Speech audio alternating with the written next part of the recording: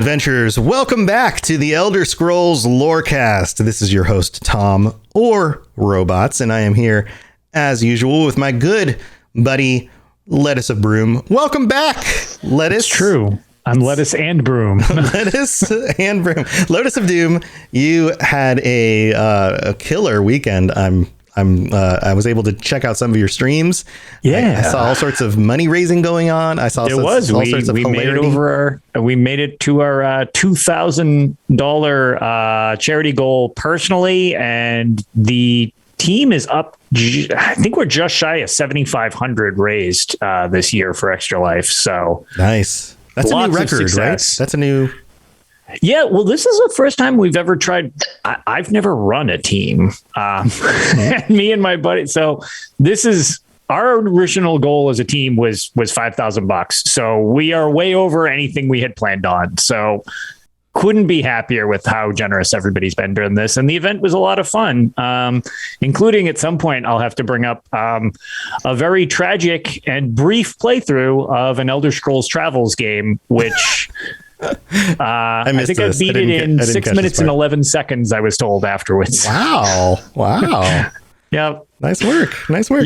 Yeah, it wasn't nice work. It's a bad game. It's a bad game. Well, congratulations on the raising the money. I'm sure that's going to be put to good use. And yes, straight to the Boston Children's Hospital. Yeah. So straight to awesome stuff. But congratulations on that, and thank you to everybody who tuned in and donated. That's awesome stuff. Way to go, community! You guys did great work, and congratulations to you and your team for putting the time in, for the long hours, and for being there, and for just being willing to entertain everybody for such a good cause. That's for sure. It was a lot of fun. Thanks to everybody hanging out with us. So yeah. So here we are again. This is the end of the month. This is the end of Spooptober, and that means it's time to bring our patrons on board. And this week we have two of our tier 4 patrons joining us. We have T-Rex. Welcome to the show. How are you doing? I'm doing all right. Doing all right. Well, we're happy you're joining us. And we also have Chef, or if I'm going to say your whole name correctly, and I'm sure I'm going to mess this up. Don't even try it. It's impossible. Deo? Is that right? You hit the nail right on the head. Yes. I am a hammer. It's just a stupid joke about SpaghettiOs. Oh, that sounds great. That's awesome. Well, thank you for joining us, guys, because we are wrapping up Spooktober with a patron episode, because we're bringing you guys on to talk about what you think some of the spookiest, creepiest, getting under your skinniest, raising hairiest, those don't work as well as some of the other expressions that I've used. That last one was a little rough, but a little rough. Just the things in Elder Scrolls that really creep you out the most are. And this is your chance to talk about the things, because there's so much, guys. There's so much. Let's be honest. There's a lot of creepy stuff in this series. There's a lot of creepy stuff. There's a lot of creepy stuff. So T-Rex, why don't we start with you? I know you've been thinking through this. You've got a little list going on there, right? Yeah, a little bit. A little bit. So where do you want to start? With this? I would say probably one of the creepiest things in the Elder Scrolls is the Black Sacrament. Sweet mother. I mean, because there's the whole, desecration of remains, and then, you gotta have a heart there, and you're stabbing, and the ritual itself is it's super dark. Yeah, and you get to see it directly in Skyrim with a child. Aventus Aretino. Thank you. Yes. I was going to say, I know it starts with an A. Yeah. Yep. That also, seeing a kid do that is like, oof, that's a new level of creep. It really is. I mean, and then the whole saying too, sweet mother, send your child unto me for the, sins of the unworthy. Must be baptized in blood and fear. Oh, I mean, such a good just baptism. Saying that's a good baptism. Right. And even just that phrase is specifically written to play off of our world's imagery of baptism and to turn it on its head. Right. Yeah. Because we live in Western society. Our imagery of baptism is based on Judeo-Christian structures and beliefs. And baptism in our world context has to do with this idea of like cleansing and, being brought into the kingdom of heaven and these kinds of things.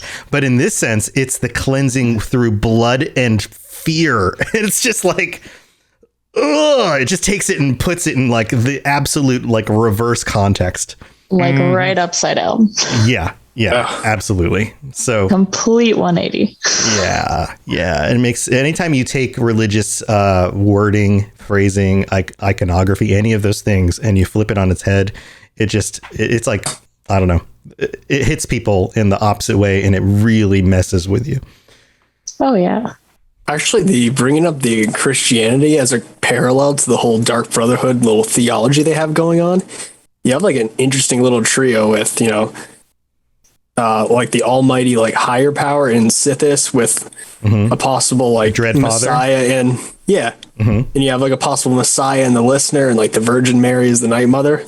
That's true. You do kind of have that's definitely a like something it's a parallel that seems almost, it's one of those things that I mention about this series a lot. Some of these I'm like, this is too coincidental that there wasn't There's no way they weren't thought that it was like, oh look, we're not going to focus on this, but hey, here's a thing, let's just turn it into something different and make it our own. But it was like, you can tell somebody probably along that line is like, okay, we'll start with this and we'll just warp it into this really screwed up thing instead. Right? Because like it's not even like a super complex like concept. Right. It's just mother, father, prodigal child. Yep.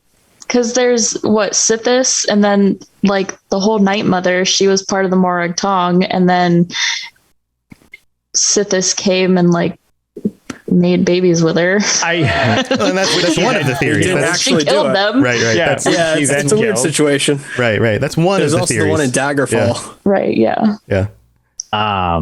Yeah. Playing off that, if that's how we're gonna like kick things off, because one of the things that like I actually we've had episodes where we discussed the Dark Brotherhood, and unpopular opinion, I don't like the Dark Brotherhood because I find them everybody likes the dark and the creepy, and they are legitimately one of the things that I'm like, they are an unhinged group of people.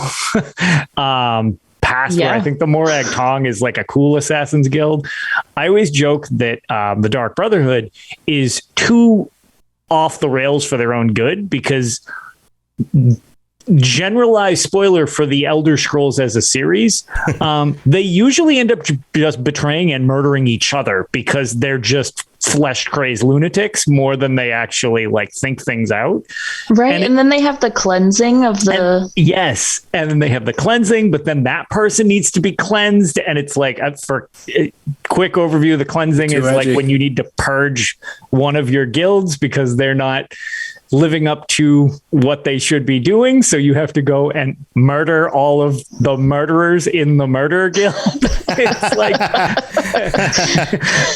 so it's just, as a group, it's one of those things that the reason I find them so unsettling, beyond the fact that it's like, okay, they're assassins for hire, but the weirdness that I always find with them is, since it's not done by a code, because they don't pay attention to their own code all the time. Like they have written rules. It's like, don't steal and kill other members. They don't care. They do whatever they want, because most of them aren't in there for a reasonable purpose. Most of them strike me as your stereotypical serial killer who found a guild that gives them a direction until they get bored and murder their own guild mates, which even in their like own Astrid guild, it's unsettling. Yeah. Astrid sells out her whole, like, it's the concept. Astrid, I think you mean beef jerky, the person. Oh no. Yes. Oh, yeah. no. That is her name. That is her new sorry, name. that's awful. Oh no. I mean, to be fair, that is what the model looks like. Well, I think, But yeah, it's just, especially with the very low quality image from base. Oh yeah, and nobody wants to remodel it and make it look better. So it's just the one. Yeah. Nobody wants to look at it long enough. But yeah, so just like as a guild, they're very unsettling because it's like being put in with a bunch of people who are really unstable, like, morally to begin with. And it's like, all right, these are your brothers and sisters. You should all get along. It's like, yeah, that's probably not going to go so great. And surprise, it never goes so great. Right. No. Right. Yeah, but it never will. I mean, it just makes sense, right? Like it totally does. But to me, it's just like, even joining up with them, it's like, that's just such an unsettling existence to even be involved with something like that, I would imagine. Oh, sure. Part of the fun, just to break the meta a little bit here, part of the fun of the enjoyment of the Dark Brotherhood is simply the quest lines. That being hands down some of the best written ones too. Being able to just put on the, the I don't know, morally bankrupt assassin role and go into a situation where you're able to just creep around in an environment and find a way to take out your target in a way where they never find out who did it, or even if it was a murder. Like some of those setups are really, really fun to play through, and I think that's part of why people love those quest lines so much. Their quest lines are generally like pretty creative in how they play out, and I find that most of those have at this point we're several games in, so the twists aren't kind of as unexpected as they used to be, because I stand by the fact that one of my favorite quest lines was from Oblivion with the Dark Brotherhood. It's like all of the things that happen when you recap that, it's like, oh my God, that quest line was so good. And for the time, I remember being totally caught off guard several times. They have some recurring themes of they're all flesh crazed lunatics type of deal. But like that first one was just like, oh my God, this is so disturbing. And it's something they kind of can't escape when like none of them are really stable individuals. It's like backstabbing is going to become a thing amongst all of you.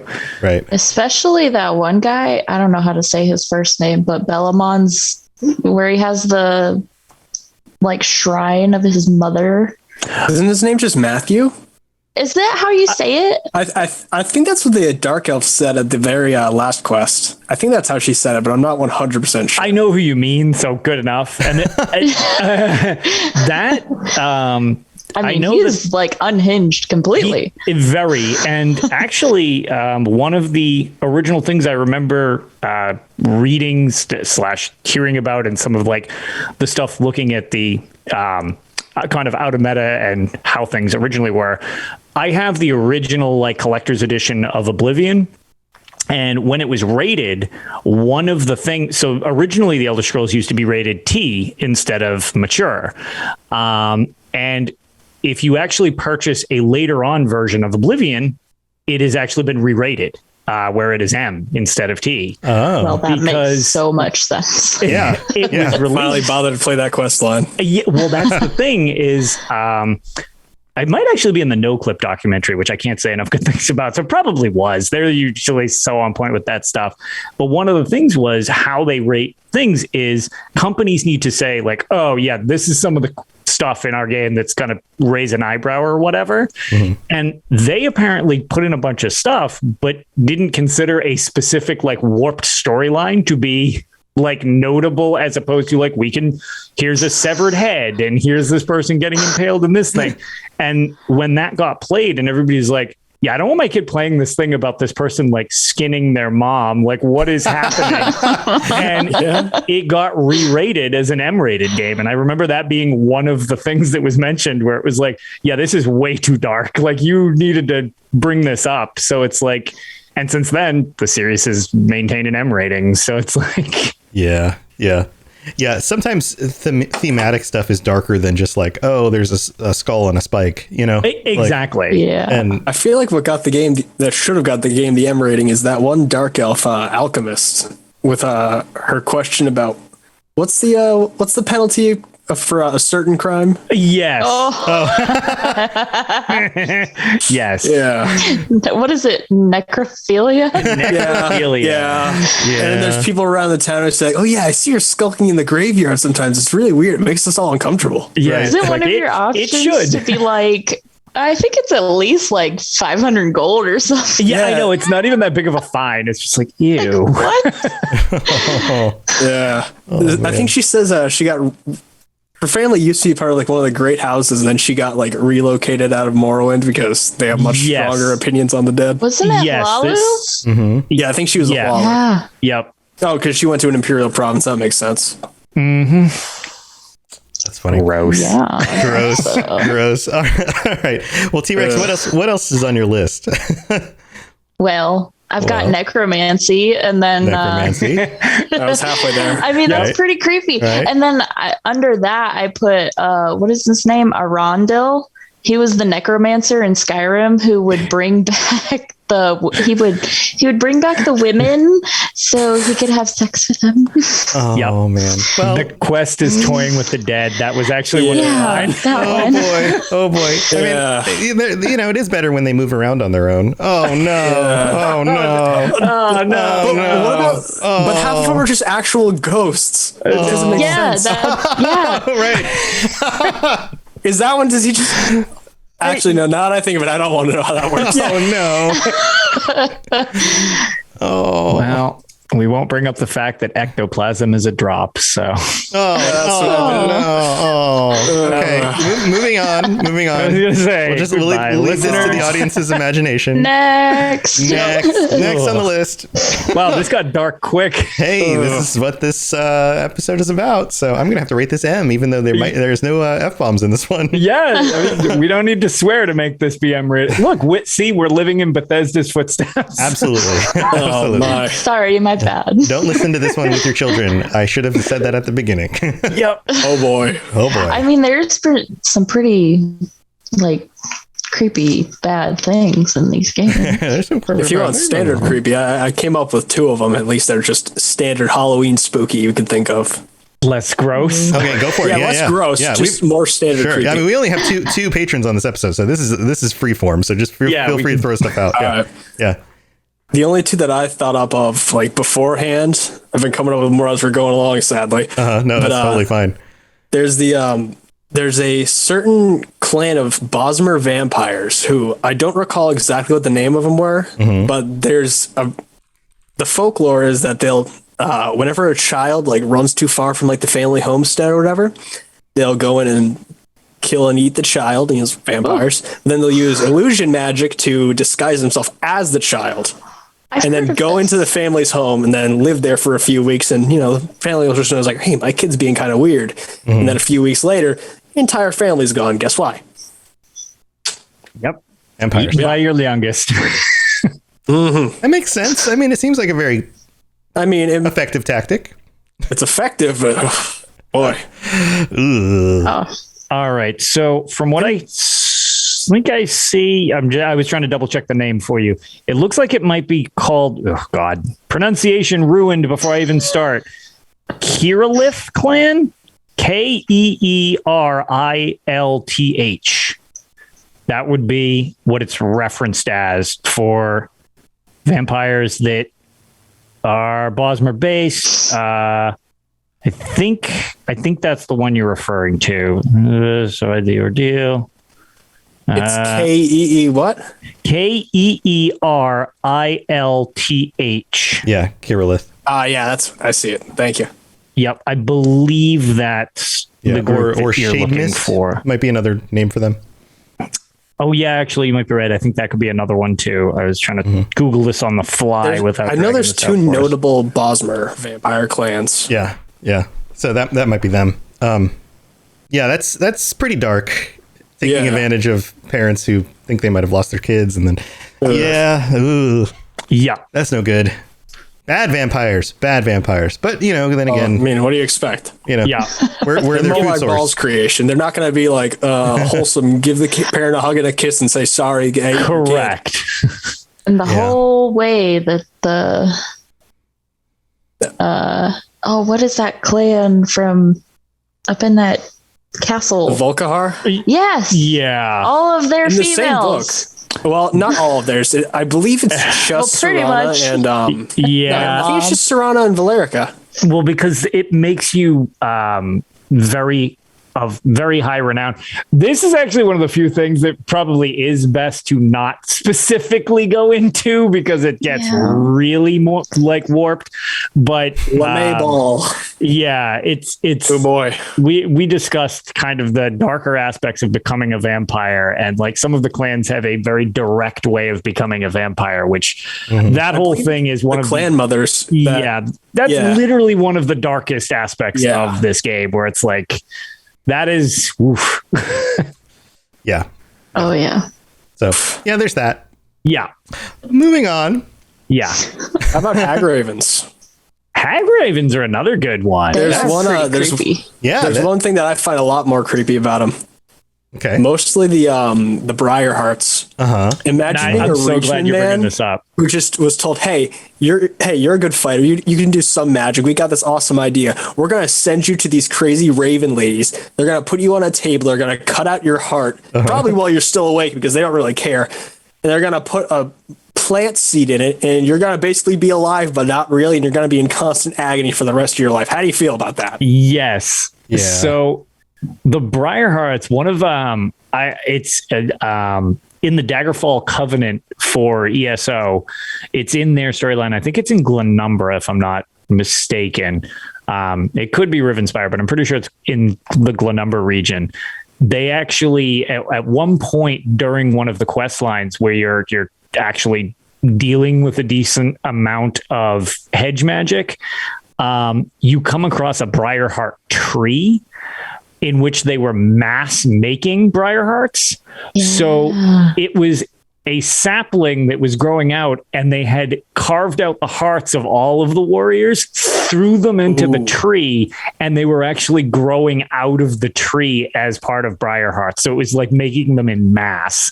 And it is a really disturbing image, especially when you burn it down, because it like flails and stuff, because they're not dead exactly like you were saying. Like they're kind of both. So yeah, very creepy stuff. Yeah, a lot of Reachman stuff is just really creepy. Think about it. Yeah, there's a is there a tree in ESO that you can actually put in your house too? Oh, I don't know. That seems like a housing item. I like think that seems like something that I just googled it and one popped up, so I'm pretty sure that there is. There very well might. I mean, some of the stuff you unlock by clearing a region, I wonder if actually I should go back through that and look at the region vendor. I wonder if there's like a Briarheart tree I can just buy. Check this out. I need to buy ESO. There we go. Briarheart tree. Oh yeah, you can see all the people forming out of it. Yeah. And yeah, that's gross. Yeah. Oh yeah, yeah. There they are. There they are. There's some in the roots. Yep, that's the one. All right. So if you want one in your house, you got. Great. That's cool. That's cool. Oh, wow. There you go. Yep. There we go. Yeah. Oh, look at that. Look at this. Oh, yeah, there it is. Yeah, you can see the Briarhearts coming on the branches growing and out of the people tree. I can see the guy in there. Yeah. There they are. Yep. So they grow out of the person. Like the person is basically the fertilizer. That's wild. Yes, and that seemed to be what they were doing. They just dumped the bodies and then they grew out of the tree, from my remembrance. It is a dark quest line. Oh boy. Yeah, that's pretty bad. I mean, what do you expect from worshippers of Namira? Yeah. She's not going to tell them like make a cute tree. Namira. Make a cute tree. Yeah. Paint a happy fern. Oh, this one's real good. Oh, here we go, guys. Oh no. Check this out. Look at that. Look at those bodies underneath that tree. Oh, yeah, beautiful. Wonderful. Oh, their hands are like tied hands up are bound above their head. Yeah, it's like they were bound. And are they like half buried, or is there like legs? I think the bottom half didn't fully make it. It didn't fully make it. Like you were saying earlier, maybe it's decomposing from the bottom. Yeah, see, there you go. Yes. So they maybe they were offended by having like no pants and going with the Donald Duck approach, and they just ripped their lower torso off. Keep your pants on. Gets the job done. Keep your pants on, zombie. Fine. You're gonna just grow a briar tree. Take your legs out of off then. Yep. Take your legs off. When you get home, you want to be comfortable, and that's basically their forever home. They ain't getting anywhere else. Exactly. Yeah, they're not going anywhere. You're going to be a tree now. Here you go. Yep. Hope you're excited. Hope you're excited about that. Well, Making Argonians jealous, Tamriel wide. well, here's what I'm excited about is going to the middle of the show to thank the rest of our patrons. How about we do that real quick? And you guys be thinking about the other creepy stuff that we can talk about when we get back. The skies are marked with numberless sparks, each a fire, and every one a sign. So this is the part of the show where we get to thank these two and the rest of our patrons, all 54 of you, holy moly, for helping to support the show. Holy crap, guys. That's nuts. So there's you two. Then there are our two Daedric princes we have currently, Mr. Gummy Boy and Noodle Al Dente. Thank you so much for supporting the show. And then we have the two of you who are Dragonborn supporters, tier 4 supporters. And there are 3 other Dragonborn supporters. And then the rest of our patrons. So thank you to all of you guys for helping to support the show and making this a thing that we can do every week. It's because of you guys that we can do this. So thank you so very much. And if you've considered, helping out the show or checking out all the different things on the Patreon, then you can go to patreon.com/Elder Scrolls Lorecast. And if we've done anything to, help you get through the workday, your workout, your drive to work, or decorating your cat for Halloween, then, consider checking it all out, because you get ad-free episodes, you get episodes early, and at the higher tiers, you can even join us on a future episode of the show. And there's a bunch of other stuff like t-shirts with Daedric princes on there. So if you like creepy stuff, you get t-shirts at tier 4 and higher, or tier 3 get stickers. There's all sorts of fun stuff. So go check that stuff out. Lots of cool stuff. Thank you again to all of our supporters. You guys are absolutely amazing. All right, let's get back to the creepy stuff. Here we go. Yes, you're entirely brilliant. Conquering madness and all that. Blah, blah, blah, blah, blah. T-Rex, are you decorating your cats for Halloween? They would not even let me hold them long enough to get anything on them. And my dog would just eat the costume. So my mother has a little Santa thing for one of our dogs. Yeah, we've got costumes. I posted them on the Discord. Oh, We've got it. Oh, can I show you guys? Those. My wife and my son just finished cutting our Kirby themed jack-o'-lantern. Oh, nice. Oh, cool. That came out good. That's adorable. Yeah, it's a little bright on the camera, but the eyes are even like half cut, and the mouth is even half cut, so that you can actually see like there's Kirby Tree back there. Pretty cool. All right. Well, that came out very good. Hey guys, you want to come take the pumpkin back? You can. They just left me here holding it. Here, hold this. It's part of the show now. You get to keep it. There's a light in there. He's the third guest. They're trying to change the color on it. This is great audio content for people who can't actually see. Picture Kirby, but in pumpkin form. Boom, there you go. You Kirby got it. It looks exactly like Kirby, so I mean, it's true. There it is. It's very on brand, except That's awesome. Orange and not pink. Yeah, we're having some cool Halloween stuff this weekend. So yeah, very cool stuff. Okay, so let's get back to the creepy things. You guys have anything else on your lists? I know, Chef, you said you had 2 things prepared. Did we cover them both, or was there something else? It was the Bosmer and the Okay, and then you also mentioned that you had some other things that came to mind. There's also kind of I thought up of when we were talking about the off the coast thing, that got me to thinking to the whole I think it was Uriel Sept the Fifth. Never returned from Akavir. Yeah, I did a whole episode about that. Neat. Yeah, and the hearsay as to what happened, but then the questions about like what really happened. Do you have any theories about that? Well, aside from the most completely crackpot theory possible, where he's going to be coming back, and that's the plot of Elder Scrolls 6. He's going to come back and fight the Thalmor for control, but realistically, no, he's probably dead. From a story perspective, they probably have to do something way more interesting than that. But if we ever do get any like closure, the most realistic thing would be like they think, "Hey, Dragonborn, let's take that and use it because we ate all of our dragons." And they realize, like, he's just kind of a dud one. Whatever, eat him and throw him out. Right. I mean, you could have a theme where, like, what if he ended up becoming the emperor over there, and he ended up having a line of succession that then returns to Tamriel and wants to claim emperorship of Tamriel as the true remaining emperor. Now returning to claim the throne. They're like, here we are. They're like, I'm back, bitches.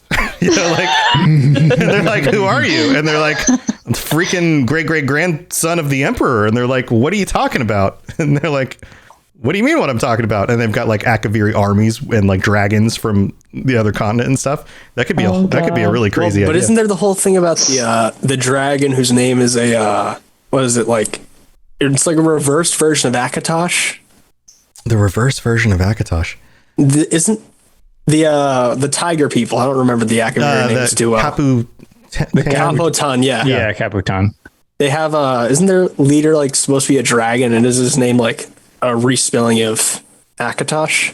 I don't remember the respelling of Akatosh part, but maybe you might be onto something. I don't remember that, but I do know what you're talking about. Mm-hmm. Look up Capoton now. Yeah, I was going to say, without looking that up, I don't actually know. Yeah, but who knows? Maybe people are going to yell at us, and this is something that we're going to have to like brush up on and be like, "Oh crap, that is the thing." We'll have to do an episode. Yeah, Toshraka, that's what they call him. Toshraka. Yeah, and that even sounds familiar. Yeah. Okay, yeah, that does seem like a respelling of Akatosh. Yeah. Neat. Interesting. How about that? Well, and they do call it the Tiger Dragon's Empire, so maybe there's something there. Tiger Dragon, or just might be creepy. Akatosh being worshipped in a different form by other people. Yeah, you know. True. Okay, so what else is on your list of creepy stuff? I've got the Coven of Namira, the cannibals from Skyrim. They're pretty creepy. Bloody Back to the Reach. How about just the Reach as a whole? Yeah. There's a really good Skyrim mod for the Reach that makes a lot of creepy stuff. Beyond Reach, it's a classic mod. It's so good. Interesting. But it adds a lot of the creepy stuff you'd expect to see. Yeah, cannibalism makes sense. I mean, that's definitely that's not normal. Creepy. And that shrine, her like Namira's shrine in Skyrim, the design of it is really, really disturbing. Like you can vaguely make out the body. Yes, because most of it's just a paste, which is not a descriptor that belongs next to the body. So, that's actually a really good one that I didn't think of. It's that, Namira in general is unpleasant, especially the whole ordeal in Markarth. Yeah. Yep. Mm-hmm. Mm-hmm. I also got Rorikstead. Oh, that theory. The theory about Rorikstead, how the land is so fertile because they sacrifice all of the moms, and that's the reason that there's no moms in And the reason the only woman there is one who couldn't have a kid. Yeah. There you go. That's a good one. I mean, and I can't remember who did the YouTube video on it. It was Camelworks. I was going to say it was Camelworks. Yeah. I love Camelworks' stuff. And they find the Book of the Daedra. Yeah, it's one of the only 3 books in the town or something. Mm-hmm. Yeah, and then you clip outside of one of the houses or some crap. Yeah. And you also find the Book of the Daedra just continuously following in a loop. Yeah, that's pretty creepy. So that one's like, I guess they sacrifice the women who are able to have kids. I just wonder what prince they'd be sacrificing to. Right? That doesn't even make. You know what? Why don't we just say even be a Daedric prince? Yeah, it could be like a demi prince, something like that. Yeah, or it could just be a powerful magic user. I mean, it could be. Yeah. There's a number of other forces. Yeah, there's a number of other forces in the world than Daedric princes that want dark things and have the power to deliver on them. Or left turn, it's actually Zenithar. Looks like one of the Adra did do something. Freaking Zenithar. For once. Yes, they are real. I don't know about that. It's funny. So you mentioned that, which that the Rorikstead one's actually really good. I totally forgot about that one, but it's funny because the reference that was based on is actually something I'm about to reference with mine, which I feel is underplayed in the series a lot. And I don't want them to necessarily, much like the Dwemer, I don't want them to give all the answers because an element of mystery makes it creepy in and of itself sometimes with the unknown. But reference to a CamelWorks video again, because I actually is this going to be the Augur one? No, the one I'm going to mention is the Hist in general, but specifically the Sleeping Hist tree or the Sleeping Sap Tree. So the Hist in general, I think, do not get enough attention because Argonians are super chill and mellow and everybody likes them and they're happy and everything. The Hist are really freaky because they kind of really are. They are. They're this very quiet hive mind that seems to potentially go past Kalpas and just linger in this world with tie-ins to pretty much everything, but nobody knows why. And without going into like weird Argonian lore, it's like the Argonians are vessels for these inert trees, which when they die seem to basically ferry information back to them. And it's like, okay, this is like some creepy ass, what is going on with these things? And the CamelWorks video that I was going to make mention of, because he does a great video on the potential theory of this tree. But basically, there is a tree in Skyrim for anybody who hasn't played it. It's just the sleeping tree. Isolde from town has a shipment of this sleeping sap that you find out. Oh, I remember that. Yeah. So essentially, she's kind of a drug dealer. She has that orc who's dead in the cave. Yep. Yes. And there is a dead orc. He in was the her cave. like supplier or whatever. Yes. And the game doesn't go an awful lot into it. It's one of these things which, again, adds to the mystery and the creep factor of these. But the theory that I like the best, she makes a reference to, and actually this is from the Elder Scrolls fandom, is just the little snippet that I'm going to do just so that I don't have to try to explain it like in a bumbling fashion. She also heard the story this is Isolde, by the way. She also heard a story that it was the spore that fell from a floating island in the sky.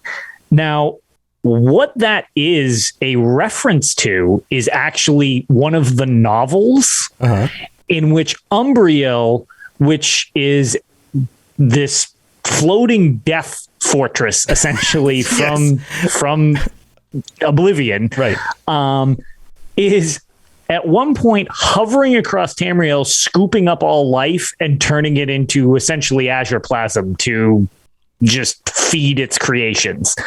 And one of the tree seeds falls from there and lands on the earth and becomes this rogue Hist. There's reference in the books as well. This is very, very like condensed because the books are rather involved. They're pretty good, but one of the Argonian main characters, Glimp, who's really good, by the way. Really interesting character. He's a really interesting character. He's a great character. Yeah. And he makes several references throughout the book to being like pulled by the Hist. And when things would go awry, he would kind of like zone out and just feel the Hist. And one of the histories kind of just went dark from the rest of them. And it was separated from that like communications device. And then you get this seedling that grows into this sleeping thing, which is producing this poison that you can use as a drug. It's like all of these little bits independently add up to the Hist as a concept being really, really creepy. They just, there's no indication as to what their motivations are other than collecting information. And something that just perpetually collects information with no direction as to why it's there just gives me this very unsettling feeling. And the only times they've ever acted, we made reference shows ago to when the Oblivion crisis was happening. And suddenly, this could be bad. Let's jack up all our creations on his sap. They go in and drive the Daedra back in their own realm. It's like, okay, so these things also have a lot of potential power that they're just simply not using. It's like, so they're just collecting data, have a ton of strengths that we don't understand. Like, this is a pretty powerful force that's just lingering in the series with basically no explanation to them whatsoever. Anything with that much ability to collect information across every Argonian in Tamriel, right? And all of the Tamriel, all of the Argonians work as eyes, ears, and hands for anything they need done at any moment. Yeah, and I've long kind of been under the impression that like the joke is like, okay, nobody can invade Black Marsh, not that you'd want to because it's just like kind of a dump, but like everything has failed to actually set up any type of civilization there because it's just such a disaster and it's so hostile and everything like that. And it always makes me wonder, is that intentional to keep people away from the Hist that are there? Mm-hmm. Because again, the Hist might not want other races, species, anything prying around with what they're doing because that would eliminate some of their control of the situation. And Argonians have no problem coming in and out of the region. So it's like, right. Is it a perfect natural fortification for them? Exactly. And so that whole region, there's something I feel that they haven't gone into with the Hist that I'm still waiting to see. And they're so, just separated from the rest of the world of Tamriel and Nirn in general. And as a whole, I'm wondering if they'll ever go into like, okay, these things actually could theoretically be a huge potential threat. And nobody would really expect that coming because other than being kind of just there, nobody's usually worried too much about Argonians. I mean, Dunmer just going and enslaving them and everything like that. So it's I don't know. I feel like there's a lot more there that could be explored with that whole thing because those things freak me out. Yeah, creepy stuff. Creepy stuff. I still like Argonians though. Oh, great! Yeah, totally. They're cool. They're cool. How couldn't you? Yeah, dinosaur people. They are, and they get some fun little headpieces that you can make. Yeah. But Argonians are very cool. And what would make a less or a more unsuspecting enemy than, oh, you got these nice chill Argonians. They're just hanging out. They like nature. Oh, by the way, they're actually secret like vessels of these like super demon creature things that look like trees. Like, how are they really suspicious? Are they really suspicious though, or is that just a little bit of bias since we all heard that theory about the politicians all being lizard people?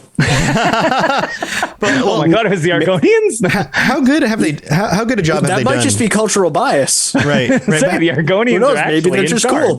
Well, here's a question: how good a job have they done in the series to take what are effectively really threatening reptile humans or like dinosaur-looking people, which to our eyes should like raise warning flags? Like that should look extremely threatening and dangerous to us, right? Like scales, spikes on their faces, sharp pointy teeth.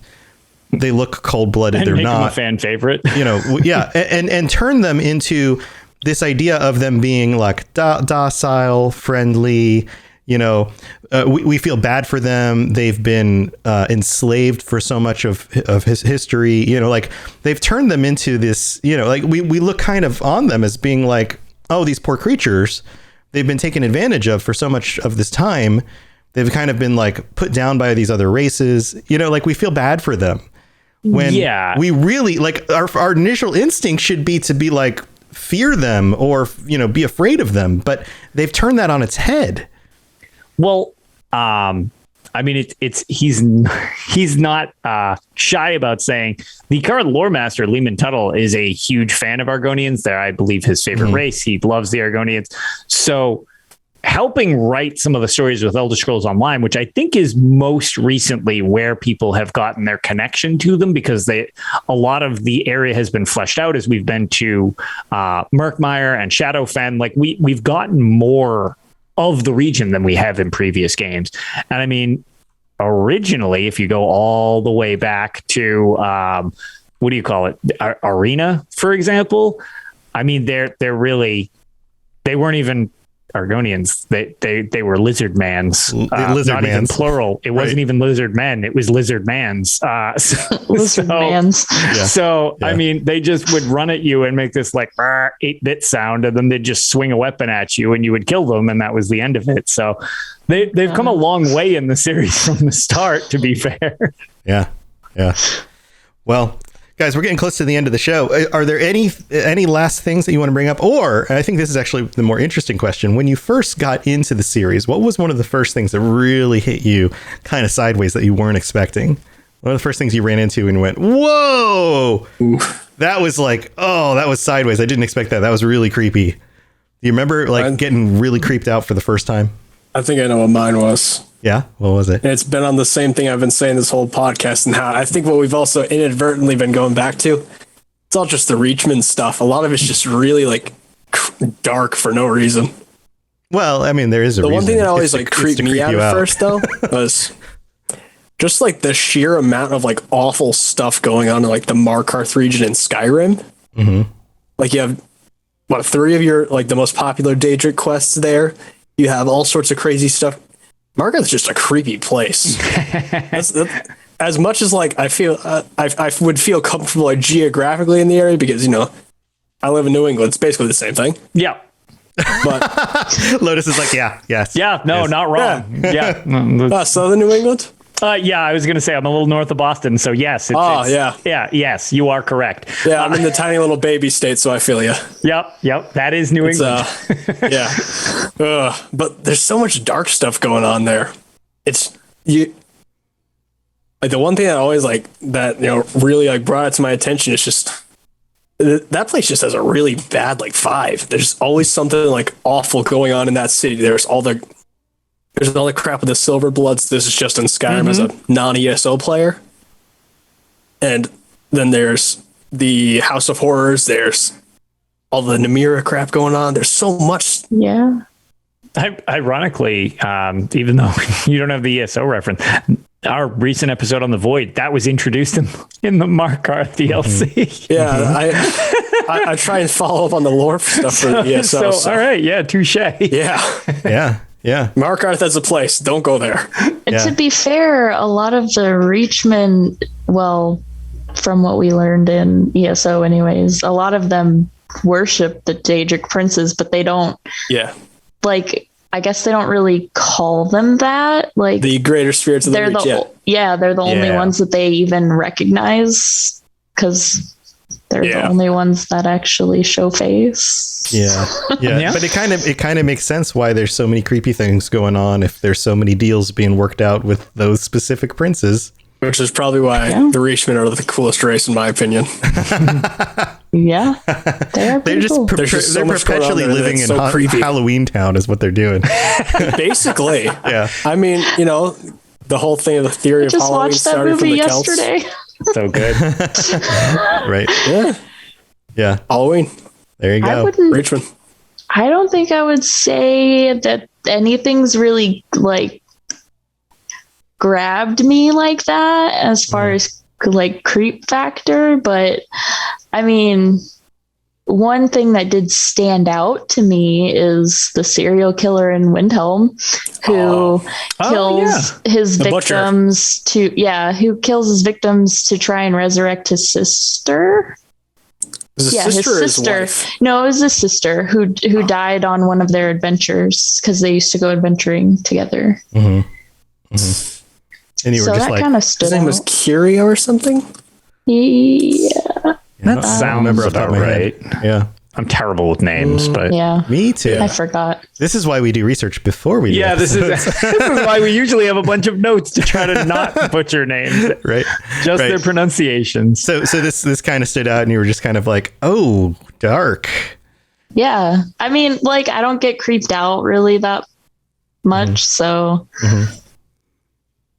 Have you? Here's a fun question. Have you tried Skyrim in VR? I have not. Oh, yes. Okay, so the environments in VR. I found the butcher's name. Calixto Corium is his name. Okay. There you go. So the environments in VR are a completely different situation because when you're looking at these on your TV screen or your computer screen, there's a disconnect, right? You're looking at the screen at a distance. Even when you're in first person, you're still kind of at a distance.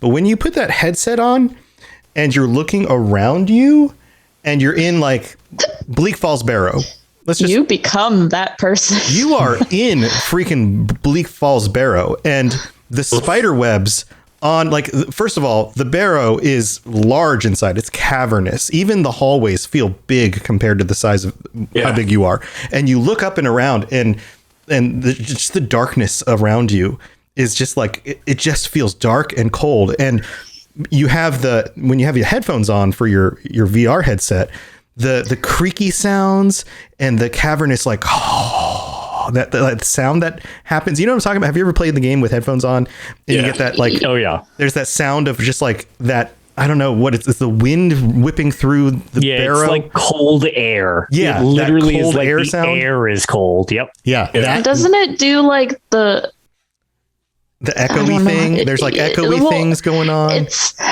like Minecraft you hear it on one side and not the other, and Oh yeah, stuff. like the situational surround sound type of thing going on. Yeah. So the sound mixed with the fact that you actually feel like you're in the room, and then you look up and you see, like, you know, the spider webs just kind of blowing in the corner of, say, like a doorway. But then you realize how freaking big those spider webs are. And these are not regular. These are not like the spider webs that you notice in your house and you're like, I guess we got a spider over here. And you clean off it and it's like the size of like your hand in the corner. Well, yeah, frostbite spiders it's proportional. are like substantially larger than my dog. Right. These spider webs are like this. And you're like standing there looking at the spider web going like, I could get stuck in that spider web. And then you make your way through, and then like you fight a giant spider, and the giant spider is like actually gigantic in front of you. Yeah, and then I mean, when you're playing in VR, you can kind of understand why Arvo was so scared. Yeah. Oh yeah, that's his name. I was gonna say, isn't he stuck in the spider web? Yes. Yeah, he's screaming, crying, get him out. Everything's huge. And when you know, the Draugr are running at you and they're human sized and you're swinging your sword at them and you're like, oh my God, this is like a real person standing in front of me and I'm swinging a sword. And then you get out of there and then you actually have to fight a dragon, and the dragon is actually dragon sized in front of you. Yeah. Like that experience really puts this game into perspective. Also, really funny stuff, a really funny thing. What you also need to do, you need to pick up an apple and hold it up next to an NPC's head, because the apple is the same size as a person's head. Yes. The scale of some of the smaller items in the game are a little bit larger. Amazing. So you can see them better from a distance. Probably, I'm assuming that this is the reason. So like a sword is sword sized, right? You lean down, you pick it up, you hold it in your hand. It looks like a sword. It's proportionate. But little objects like vials and apples and things like that are just slightly enlarged, because otherwise they would be really hard to see, like on the ground at a distance. Yeah. So you go to a table, pick up an apple and hold it up in your hand, and it looks like abnormally large. And then you like just put it next to an NPC's head, like you have a companion. Hold it up to Lydia's head or something. Yeah. And you'll have like Lydia's head there and then an apple. And it's like, why is this apple as big as your head, Lydia? Yeah, it's hilarious. But yeah, that game, like playing it in VR is a completely different experience, especially in some of the really creepy environments.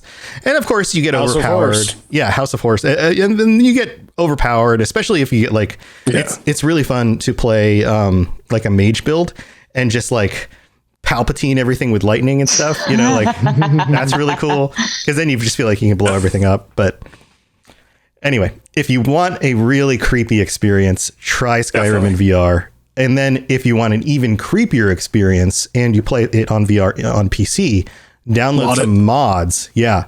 I have some recommendations for horror mods. Yeah, add some horror mods. But even if you're not going to do any like game-changing mods, if you just want some environmental mods, download some of the lighting mods and some of the environmental mods. Like make it darker and stuff. Make the lighting work more like real lighting, and make the environments actually work like real environments with real light, so that you actually have to use torches or like magic lighting to be able to see in distances and stuff, so that like there's not like, you know, fake lighting, so you can see all the way down a dark hallway for no reason. Like that kind of stuff. Yeah. That makes the game really cool to play. I can see that. Yeah. Yeah. Because then you actually have to use a torch. So, or, you know, constantly make sure that you're casting your light orb. But even then you can only see like, you know, 10, 15 feet down the hallway, and then the lighting gives out.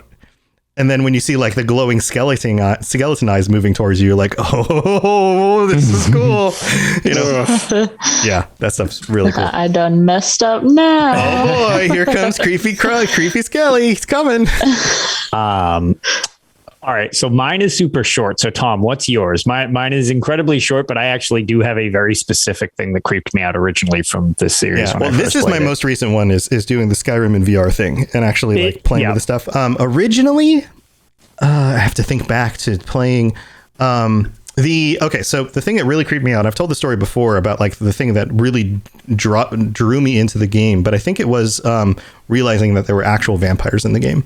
Because I didn't realize that. And then coming upon a vampire nest and actually having to like being a low level character and having to deal with an actual vampire for the first time and like, the fighting it and having a hard time beating it and then realizing that I had acquired a disease and not understanding what that was.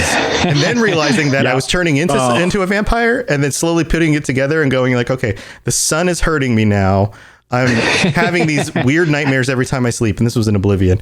And okay, what is going on here? And then trying to figure out, okay, so now I'm just a vampire. How am I going to deal with this? And then having to look up online that, okay, there is a way to solve vampirism, but now I have to like cart myself halfway across the map and find some old lady. The buggiest quest in the game too. Yeah, find some old lady in a cabin and go on some other quest. And I haven't even uncovered, a tenth of the map yet. And oh my God, what am I doing? Yeah. But like the creepiness of like that actually being a reality in the game that I now have to deal with really drew me into the world, but also totally creeped me out at the same time. So I would put that on my list. So yeah, to close stuff up, mine will probably only resonate with anybody who's played the Elder Scrolls 3 Morrowind. But there's a lot of creepy stuff in Morrowind. But the first thing that I remember being like, what am I playing, was when you make the trek to Balmora and meet Caius, who is the shirtless attendant who makes really lewd and uncomfortable advances towards you, and you have to sleep on his floor to continue like the quests. I remember being very disturbed. Like, in all seriousness, I was like, what the hell game is this? He's like the bald buff guy with no shirt. So in all seriousness, that's one of the few things, because I had no idea what I was getting into with this series. And when I played that over my friend's house, I'm like, dude, what is going on? Like, why is this guy telling me to undress so he'll give me the rest of my like information? I was like, I don't think I like this game. There he is. So, yep. That was my initial trauma from the series. Oh my God. Yeah, talk about traumatic. What is that? Yeah, so that's your Blades connection. And also you'll notice under the bed, for anybody who can see the visual version of this, there's a skooma pipe and a spoon under his bed, because he's actually a skooma addict as well. So isn't that why he gets called back to the Imperial City? I think so. Yeah, he does disappear at one point, right? Because he is recalled to the Imperial City. But woof. Peak man. Yeah. Rob the Princess in chat says, quote, "You may not like it, but that's what peak masculinity looks like." Yeah. So that's definitely up there. And, like I said, Morrowind in general, we should probably... Yeah, Morrowind. Morrowind has a high creep factor. Then like 50% of Kirkbrad's writings also apply. It's Divith Fear and his daughters. That's really... His daughters / wives / clones. Yeah. His daughters / wives / clones. Yeah, it's the series is a lot of fun and has a lot of easygoing stuff, and man, does it have some dark parts. Isn't he also in ESO? He is. He actually definitely could be. He's a pretty prominent character actually in ESO through Morrowind and the Clockwork City. He actually helps you do one of the trials, the Halls of Fabrication. So isn't he old enough that he used to be a Chimer, or was that another Telvanni mage? I No, I think you're right. Or at least he was around for that time because he's freaky. Yeah. Like he's magically enhanced. Yeah. Old, not like he's pre-tribunal old. Yeah, it's like 2000 or something, I think. So yeah, Chef, you should play through the Elder Scrolls Online stuff just for the story bits. I read a lot of it. Yeah, the stories definitely make it worth it, even if like some of the MMO bits aren't your thing, because that was how I got into it. I got into it like, I want to see the stories, and then 7 years later, I'm like, all right, so I'm almost I've done all the things. I've done almost everything in ESO. I was like, I don't like MMOs still. I gave it a shot like 4 years ago, but I don't know, a barely high school kid wasn't having too much fun figuring out how to play an MMO like that. Yeah, and not having anybody to play with, I had a pretty bad time. Sure. Yeah, for sure. It's not too bad, especially if you're just sticking with a shot, though. Probably stick with the quest lines. Definitely improved. Just companions help. Yeah, just kind of build your characters how you want. Just grab whatever weapons you don't have to like do anything with other people. You can literally just solo everything like Skyrim. Yep. Yeah. Absolutely. So I do quest stuff. Yep. So, guys, thank you for joining me. Why don't we wrap this up, because this has been super fun and we're kind of out of time. T-Rex, do you have anything going on you want to share, or ways people can get a hold of you? Nothing going on. Nothing going on. No. All right. And I do have a Twitter.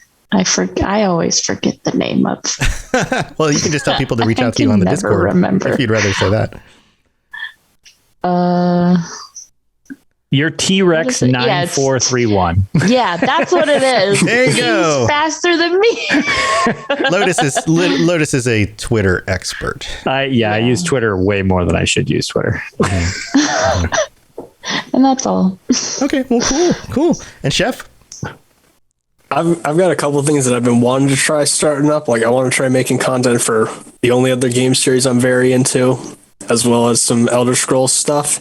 I'm on multiple platforms. All of it, just you're gonna have an easy time looking it up. Just SHEFF, and that'll probably be the only result. Okay, cool. Yeah, cool. That's some good branding. Yeah, hopefully going for some fun Skyrim. My plan is to just make a Skyrim playthrough, but not like playthrough, like using it to like possibly try and start telling a story type thing. Oh, like the Wilburger stuff, but like less of a joke. Gotcha. Nice. Yeah. Nice. Like, I got a few mods planned out for it, some dark stuff. Cool. But, hopefully it'll be fun. Yeah, go for it. I mean, you never know until you try. Yeah. Might as well give it a shot. Worst case scenario, I play through, pretend I'm the guy from Berserk again. Whatever. I was going to say, when you play through something you already like, it's really not work in that situation. Yeah. Have fun with it, and then if people like it, people will watch, and, just keep on making stuff, and you're always going to learn by doing, and you'll just get better and better as you go. So that's what I've done for years. Lotus has done stuff too. Like you just gotta do things, and you just learn from doing, and then you have fun, and you make friends along the way, and we recently just found the videos on a website that I used to work for back in the day, and I was like, wow, this is somehow much worse than I remember. Yeah, plus if you post it on your own YouTube, eventually you can just delete it. No, it's not. It was on an actual website, so I was like, cool, that's there forever until they don't renew something. That's terrible. Yeah. So when it's your own YouTube, you can actually delete it and make it go away. So advice taken. There you go. So awesome, guys. Thank you for joining me. And Lotus, do you have anything cool going on now that the weekend's over? That our Extra Life is complete and all that stuff was accomplished. Actually, T-Rex was one of the winners. Your Elsewhere coin's actually en route to you. She was one of the winners. Sweet. And so is everybody else's who's listening. But yeah, as for me, I don't really have anything specifically planned because I'm actually going away for my anniversary this weekend. So this is the last thing I'm doing. Thank you. This is the last thing I'm doing until next week. So I have tomorrow off. I'm super happy about it. And then, be back to doing Tales and this show and streaming if I manage to get the chance to do so. But yeah, just thank you again, everybody who hung out during Extra Life, donated, just kept me company, kept me awake. It was greatly appreciated. Awesome. And you can find me Lotus of Doom literally everywhere. Yeah. everywhere. It's me. Everywhere. It's me. I cross-branded as best I could. Well, have a super fun weekend. Say hi to Lady of Doom for me. I will. Lady of Doom. Yep. My favorite quote was from Mike Finnegan at ESO Vegas. He was like, "Oh, hello, Mrs. Lotus of Doom." And she's like, "Really? That's what my name's going to be here?" It's like, I guess. Actually, can I call her Woman of Doom? Because that sounds even more mysterious. Woman of Doom. It sounds kind of sexy too. Like, hello, I am the Woman of Doom. Nice to meet you, Woman of Doom. It's like Sounds like a Lady of Darkmoor type thing. Right. Well, have a fun weekend. You guys know how to catch my stuff. robotsrated.net for all the different shows, bunch of different lore casts. We've got even more new shows coming to the Rocket Club. Lots of creators making new podcasts and other content for you guys. So if you're looking for other podcasts to check out about mostly video games and other stuff, go check that stuff out. They're all listed on the Robots Radio Discord channel. So if you want to see all of those things there or join us there for fun conversations, go check that out. Also, I've been streaming in the mornings every morning starting around 8:30 and usually through 11 or 12 o'clock. And I've been playing a lot of Back 4 Blood. Jumped back into Hunt Showdown because super creepy. That game is super creepy. There's some new levels and things. If you don't know what Hunt Showdown is, go check it out. Super creepy stuff. But I'll probably be going back into Back 4 Blood again some more. So come hang out with me in the mornings during the week. And we still haven't opened the chest, which is okay. So in the stream, and T-Rex knows. T-Rex, you've been there. T-Rex is my quote captain. She's been every time somebody in the stream says something funny, she records it as a quote, and then you can hit exclamation. You can type exclamation quote on the stream, and it'll pull up a random quote that somebody said. And some of them are. I need to write down them hilarious. All. So Genesis has been posting them in the general section of the Discord. She's actually been pulling up some old quotes, so maybe we can add some of these. Actually, you could do it right now in chat. So like if we just typed exclamation quote. One will come up. Like jumpy jumps. Oh wait, hold on. He's got like jumpy jumps. What's when all else fails, burn them with fire. Yeah, it works. All right. Here's another one. Nice. I was a key boy. Robots. Hold on a second. That was a speech impediment that I had. Ragdoll those bitches. Dazon. Quote 9. Skyrim force this bitch. Okay, so every time you climb down up or down a mountain in a video game, and that's what I yell at. I go, Skyrim force this bitch. You guys know what that means, right? Universally. Yeah. I was going to say, I think everybody, it's like, if you ever see those goats climb up just flat surfaces, that's just you in Skyrim. They just, that is a living Skyrim creature, is those goats that can just like go straight up nothing. Absolutely. So when you're in a video game there's only one of two horse jokes you can make in Skyrim. Yes. Other being beating the dead one, but you know. Yeah. Yeah. So you taste like cake, Cappy. So also Cappy has invaded my stream and is super creepy and he's real creepy. Will show up and say really creepy things. Anyway, that's what I've been doing. Come join us in the morning, and there's a treasure chest, and when we hit 25 concurrent viewers just in one stream, when 25 people happen to show up at the same time, the chest is going to pop open and give out an award to somebody.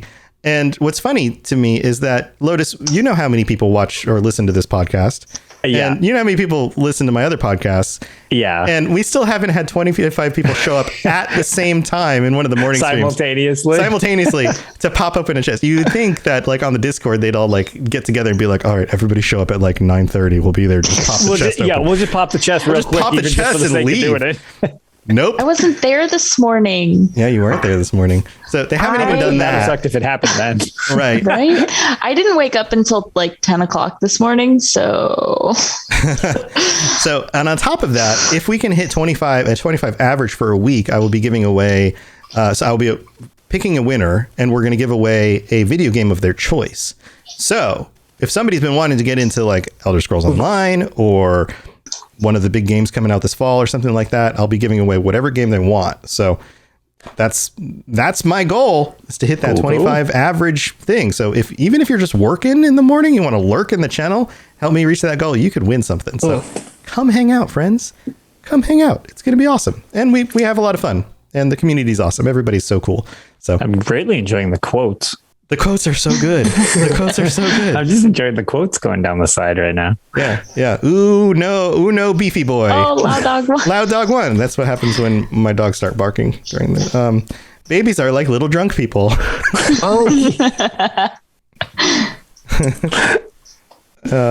Ragdoll those bitches. I really like that one. Loud dog one. And I was starting to just repeat some of the other quotes. Lady Monk. Okay. So, Yeah. Lady Monk I forgot about that. was when I was making my New World character and I was on the male character and I swapped over to the female character, and it just gives you a random assortment of selection for, like hair and face and all that stuff. And the random assortment of selection for the female character was the monk haircut, which is bald on top with like drapes all the way around. And I was like, I'm a lady monk. It was so bad. It was really bad. That's incredible. So T-Rex quoted that. She's like, oh, that's a new one. Lady monk. Anyway, you can see that we have a lot of fun. But anyway, this is the end of the show. Thank you for being here, everybody. Lotus and I will be back next week. Same time, Thursday night, 9 p.m. twitch.tv/robotsradio. And we'll see you guys then. Stay safe out there in Tamriel, because as you know, there's a bunch of people who want to eat you and do other things to your corpse. And oh God. All right. We'll see you later. Stay away from the Northwest. Stay away from the Reach. Bye. See you later. Bye. Thanks for listening to the Elder Scrolls Lorecast. If you have something you'd like to contribute to the show, please reach out to us at elderscrollslorecast@gmail.com or on Twitter @ESO Lorecast. I really appreciate you listening, and I'd love to hear from you soon. You've been listening to a Robots Radio podcast. Smart shows for interesting people. Check out all the shows at robotsradio.net.